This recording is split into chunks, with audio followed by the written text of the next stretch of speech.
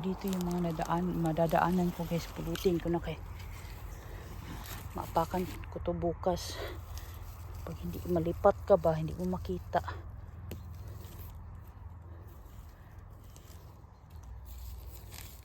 Ito pa dito.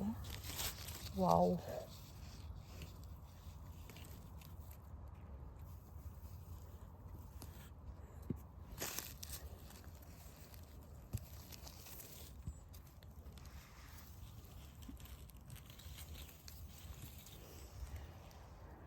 Ito pa dito.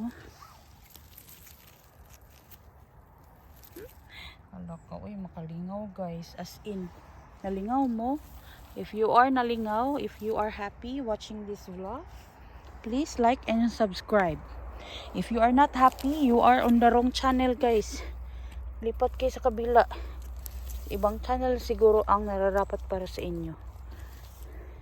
Kami na mga gaya sa akin guys na maliit ang kaligayahan sa buhay. Mushroom picking, makawalag stress. Sa iba, stress ang hanap nila. Mali kayo ng channel guys. Doon kayo sa kabila. Kabilang channel kayo guys. Ibang channel ang hanapin nyo. Ganun lang kasimple. Uy, ang mos mo uban man gyud. Unsa man ni? Ayun nag-uban diha kay kining mushroom ra akong kuhaon. Punok na ako ang balde guys. Hindi ako magdadala ng malaki kay ako ang mahirapan sa malisod. Uy. Ito, meron pa pala dito isa na tira. Ito pa, meron pa. Dito lang naman to malapit sa amin. So, after ng school ni Anika, after ng hatid namin si Anika sa school, after ni Anika na umalis ng bahay, papuntang school, punta kami ng gubat. Bukas, para picking. Ayan. Marami pa yan dyan guys. Kaya ikutin natin yan dyan bukas. Kaya uwi na muna tayo kayong ating mga anak. Sikasuhin na natin. Ito pa. May nakita pa ako na daanan ko. Wala pa diha para ugma. Mga hindi matamakan. Tingnan nyo to guys. Meron pa dito. Kunin ko na kay makalimutan ko saan ito banda. Ayan oh. Uy. Yung iba nandoon.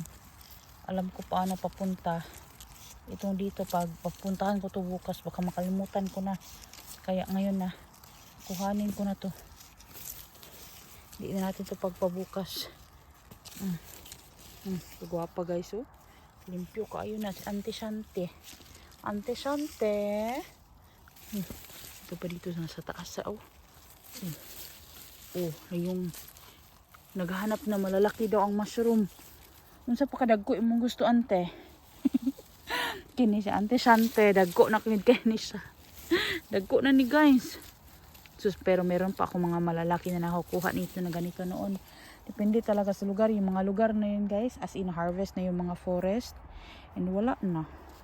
Hindi ko na mapakita, hindi ko na ma-defend ang self ko. Wala oy, pakibalikan na lang ang mga old videos natin guys ha. Ito pa dito oh. Tabunan sa dahon. Yan, naipit. Naipit sa stem guys. Wow. Daddy, look. Andyan lang sila guys oh. So big. So many chanterelles. My bucket is already full. There's no space. Ito pa guys dito. Kunin na natin to kay para hindi na natin to ma-skip bukas kay baka makalimutan ko na talaga. Kabilang side kasi ang daan nito tapos pag maano ko ba kalimutan ko na kay kalimtanon na ako guys. Kakalimutin na ako. Oh my goodness. Ayan. Asa ka diha. Uy, hello, kagwapa. Ito talaga yung mga the best ba yun nasa ilalim ng moss. Oy, salamat.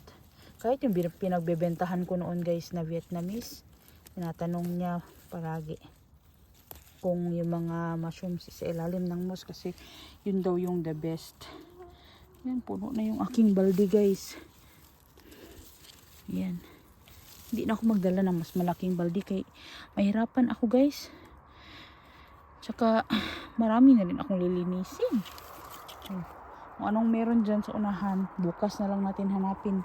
Palabas na ako dito para kung ano yung makita ko dito, yun na lang yung pulutin ko. Ikaan doon guys, so nangunguha ng raspberry. Is there many?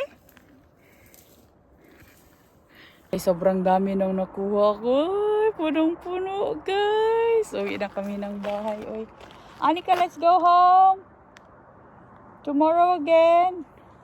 Tuwa si Anika nag-pick doon ng mga raspberries. Ayun guys, punong-puno. Oh. Yeah. Kakatuwa guys. Puno na naman yung aking balde. Marami na naman kung lilinisin. Marami na naman kayo masisave para sa winter.